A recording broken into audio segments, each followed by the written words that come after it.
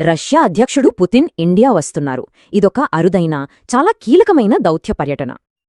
ఈ పర్యటనలో ఒక పెద్ద ఆయుధ ఒప్పందం అందరి దృష్టిని ఆకర్షిస్తోంది. అది ఒక పెద్ద ప్రశ్నను లేవనెత్తుతోంది. ఆ చర్చలన్నిటికీ కేంద్రం S-500, రష్యా యొక్క అత్యాధునిక క్షిపణి రక్షణ వ్యవస్థ ఇది. మరి దీని పవర్ ఏంటి? దీని గురించి రెండు వేరువేరు కథనాలు వినిపిస్తున్నాయి. రష్యా ఏం చెప్తోందంటే ఇది ఏకంగా 600 కిలోమీటర్ల దూరంలోని లక్ష్యాలను కూడా ఛేదించగలదట. దూరం సంగతి పక్కన పెడితే శాటిలైట్లను కొట్టాలంటే ఎత్తు ముఖ్యం కదా, మరి దీని పరిమితి ఎంత? కానీ అమెరికా నిపుణులు ఏమంటున్నారంటే దీని ఎఫెక్టివ్ రేంజ్ కేవలం 200 కిలోమీటర్ల ఎత్తు మాత్రమేనని.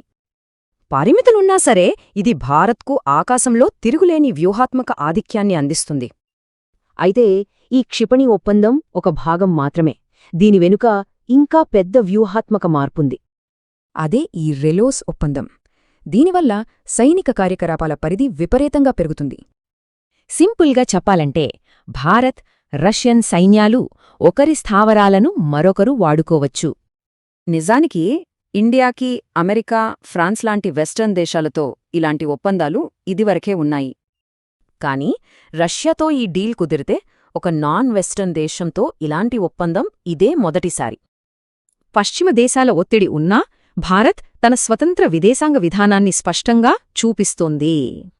ఉదాహరణకు రష్యా నుంచి చమురు దిగుమతులు చూడండి, అవి తగ్గకపోగా ఇంకా పెరుగుతూనే ఉన్నాయి. అంతేకాదు 2030 నాటికి ఇరు దేశాల వాణిజ్యం $100 బిలియన్ చేర్చాలని లక్ష్యంగా పెట్టుకున్నారు. ఈ పర్యటన ఎంత ముఖ్యమైందో తెలియాలంటే పుతిన్ ఈ ఏడాది చేసిన ఇతర పర్యటనలు చూడాలి. ఆయన పర్యటనలన్నీ గ్రూప్ మీటింగ్స్ మాత్రమే, ఇండియాకి మాత్రమే 1-on-1 భేటీ కోసం వస్తున్నారు. రష్యాతో బలపడుతున్న ఈ బంధం ప్రపంచ రాజకీయాల్లో భారత్ ఒక కొత్త అధ్యాయాన్ని లిఖించబోతోందా?